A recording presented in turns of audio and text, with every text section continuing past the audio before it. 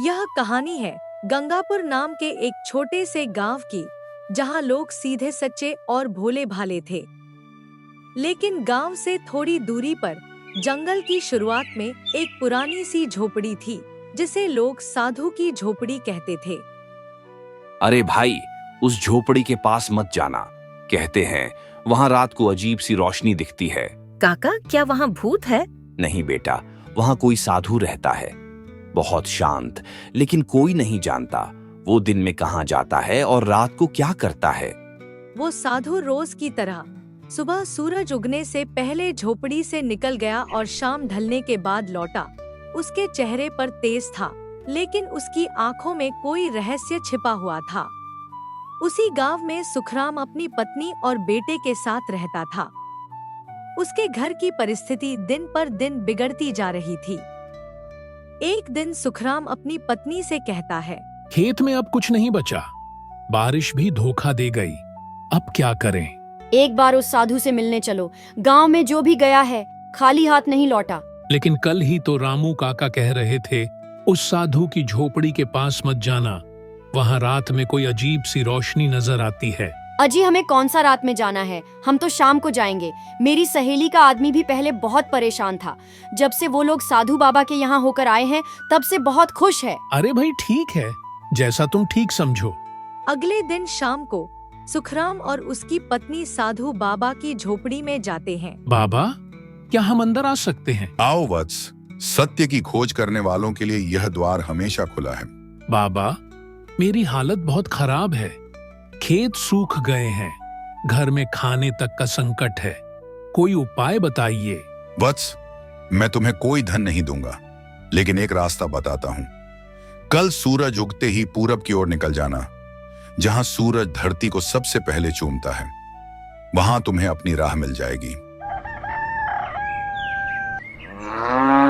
सुखराम बाबा की बात मानते हुए अगली सुबह ही पूरब की ओर निकल जाता है। दिन भर जंगलों और पहाड़ियों को पार करता रहा, और जब सूरज ढलने को था, उसे एक वीरान सा इलाका दिखा, जहां जमीन बहुत उपजाऊ थी, लेकिन कोई रह नहीं रहा था। ये जमीन तो बहुत उपजाऊ है, फिर इसमें अभी तक किसी ने काम क्यों नहीं शुरू किया? उसी समय एक बूढ़ा आदमी वहां आता है। ये जमीन कभी मेरे बेटे की थी, उसने इसे छोड़ दिया क्योंकि उसे शहर की दौलत चाहिए थी। अगर तुम चाहो तो इसे संभाल सकते हो। सुखराम उस जमीन पर खेती करने लगता है। उसने उस जमीन पर ऐसा प्यार और पसीना बहाया कि कुछ ही महीनों में उसकी मेहनत रंग दिखाने लगी। उसने वहां गेहूं, चना और हर तरह की सब्जियां उगाई, जिसे देखकर सुखराम की पत्नी और बेटा भी बहुत खुश हुए। गांव लौटकर सुखराम ने एक छोटा सा घर खरीदा।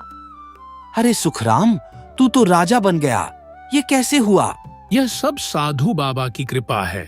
आज जो कुछ भी है हमारे पास, सब उन्हीं की वजह से है। मैं आज बहुत ही शर्मिंदा हूँ कि मैंने उनके बारे में जाने बिना ही सुनी सुनाई बातों पर विश्वास कर लिया। गांव के अन्य लोग भी अपनी अपनी समस्या साधु बाबा के पास लेकर जाते, और साधु बाबा एक एक करके सबकी समस्या का हल निकालते जाते। धीरे धीरे साधु की झोपड़ी सिर्फ एक रहस्यमय जगह नहीं रही, बल्कि एक आश्रम बन गई, जिसे लोग ज्ञान और आत्मबल की पाठशाला कहने लगे। साधु लोगों से कहता है, वत्सों, मेरी शक्ति तुम्हारे भीतर है। जो खुद पर विश्वास करता है वो कुछ भी कर सकता है। अब मेरा कार्य पूर्ण हुआ। एक दिन साधु अचानक गायब हो जाता है। झोपड़ी में केवल उनकी चारपाई पड़ी होती है। काका, बाबा कहाँ गए? बेटा, शायद वह कोई साधारण बाबा नहीं थे, कोई दिव्य आत्मा थे, लेकिन हमें रास्ता दिखा गए।